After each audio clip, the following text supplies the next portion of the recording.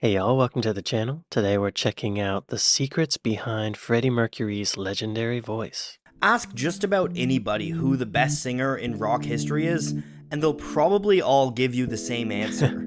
Freddie Freddie Mercury. Mercury. His astounding vocals were at the center of Queen's sound and a big reason why they were one of the most critically and commercially successful bands of all time. Vocal quality can often seem to come down to opinion, and these debates can often get really contentious, but That's true. it seems, at least to me, like there's a universal love for Freddie's voice.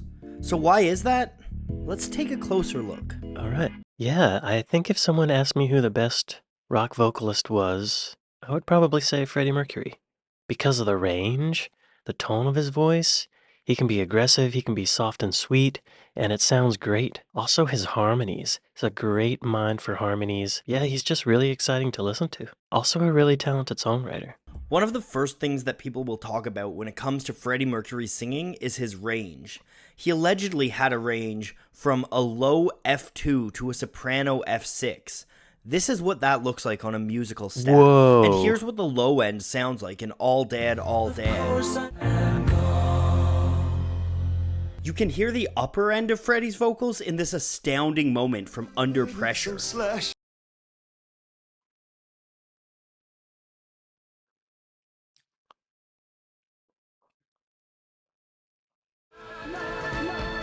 What? Whoa. That kind of range is Hang on. impressive enough on its own.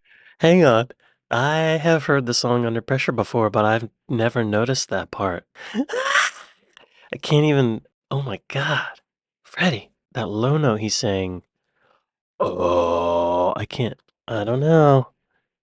Let's hear that again. Oh. You can hear the Oh.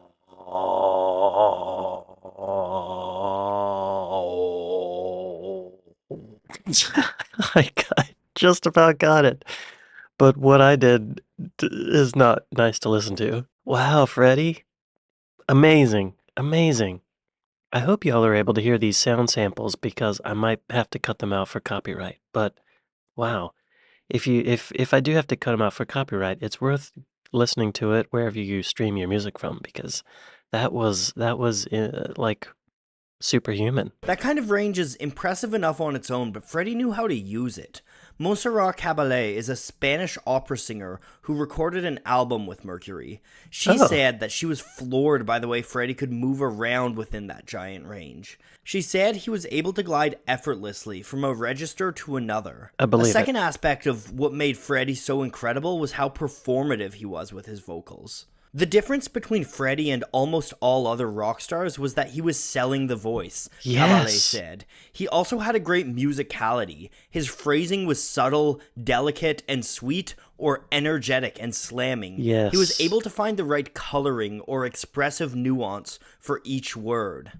Listen for the color, nuance, and performance in Somebody to Love. Every single note that comes out of Freddie's mouth is carefully placed and belies the emotion of the song. The wide array of influences in Queen's music helped Mercury display the versatility of his voice. Their music was informed by hard rock and musical theater, by gospel and disco. It was all over the map, and each of these styles has different vocal traits that Mercury was able to inhabit flawlessly. Something I've noticed with really great singers is that they seem to be able to connect their voice, their vocal cords, the physical vocal cords, to something really deep, like their soul, the emotion comes through. And something else I've noticed is that when a singer puts not enough emotion into their singing, it's comedy. And whenever a singer puts too much emotion into their singing, it's also comedy. So I think to find the balance of how much of that emotion to let come through is really tricky. But these great singers like Freddie Mercury who have that like direct connection to their emotion it's like they just know how to do that instinctually. They make it look easy is what I'm trying to say. I know it's not. He's amazing. Listen for the way he can belt it out on the hard rock banger, Tie Your Mother Down. but his vocals feel equally at home in the rockabilly tune Crazy Little Thing Called Love Love. that song. Or how about the operatic interlude in Innuendo? You can be anything you want to be. That was very operatic. I mean, it sounded like classical music. Even the backing music sounded classical in that one. Freddie Mercury can slip in and out of genres seamlessly and sound perfectly comfortable in all of them. In 2016, a group of researchers published a study on Freddie Mercury's voice. That study found a few things about him. The first is that while Freddie frequently sang in the tenor register, his natural voice was actually a baritone. It seemed like no trouble at all for Freddie to jump out of his natural range for most of his career.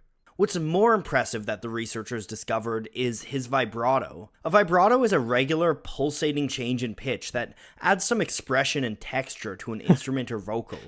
Usually, a vocal vibrato moves between the frequencies of 5.4 Hz and 6.9 Hz. The study found that Mercury's went as high as 7.04 Hz. Researcher Christian Herbst said, on top of this, his vibrato was more irregular than others. He said this creates a kind of vocal fingerprint that really helped Mercury's voice stand out. If you want to hear the vibrato in action, check out We Are the Champions. Great song. It is fast. Time after time. The study was also interested in the grit and growl that Mercury could add to his voice. You can hear that in songs like I Want to Break Free. I want to break free. By filming the larynx of a singer imitating Mercury, they were able to see what his voice was doing. They discovered that he was using something called subharmonics, which not only use the vocal folds, but also a body part called the ventricular folds. What? These tissues don't tend to get used in speaking or classical singing, but they're actually part of what gives Tuvan throat singing its unique sound. It's impossible to know whether Freddie was consciously doing this, or it was just his natural instinct, but it's equally impressive either way. And of course, I couldn't end this video without talking about Bohemian Rhapsody. The song is Mercury's opus, and that's because it combines everything that makes Freddie great. The song is filled with harmonies that show off the range of Freddie's voice all at once. Though the video shows the band members singing, the opening of the song is a 5-part harmony that's all multi-track recordings of Freddie. As we move into the ballad, we get a look at the color and emotion that Mercury can bring to a song. Every word is carefully placed and emphasized to augment the poignant lyrics. Then we get to the iconic operatic midsection. In this section, we see how well Freddie's voice meshes with the rest of his band, and how he's able to jump from innocent to sinister. As it climaxes, we break seamlessly into gritty, aggressive, hard rock vocals. Finally, we cut to a fragile, emotional outro, closing out as Freddie's harmonies wash over us once more. Bohemian Rhapsody is a great example of why Freddie is so revered. It shows his versatility and his immense talent. But if you really want to appreciate Freddie, you can't just stop there. Take a dive into Queen's back catalog, and you'll really appreciate why Freddie Mercury was a true rock legend. Yeah, that's crazy. I love Freddie Mercury. I've been a Queen fan for a really long time, but I never really stopped to think about why his vocals are so amazing. I guess he's using some Tibetan monk technique. And what can you say about Bohemian Rhapsody? That's a masterpiece. I think the first time I heard Bohemian Rhapsody was in the film Wayne's World, the first one. And I think that movie gave that song a whole new life. That was in the 90s, I guess. And then recently, with that Freddie Mercury biopic, again, a third life. Also, remember, they didn't have auto-tune back then when Freddie Mercury was alive. So that's talent and hard work. I believe his real name was Farouk Balsara. Inducted into the Rock and Roll Hall of Fame in 2001. Songwriters Hall of Fame in 2003. Should have been earlier. In 1990, he and Queen were awarded the Brit Award for Outstanding Contribution to British Music. Well deserved.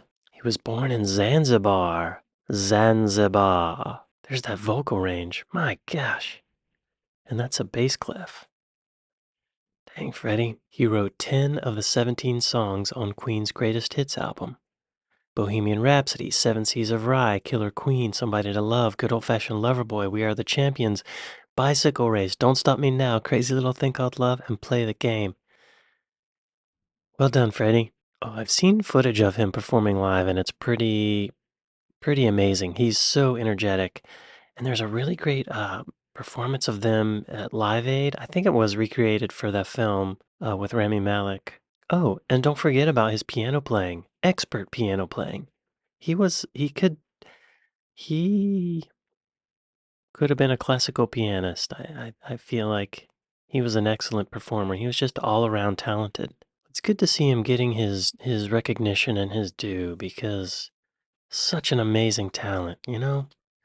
Wow. Really cool to see his singing analyzed in that way. Wow, great video, really informative. Thank you all for watching it with me, and I'll see you next time. Later.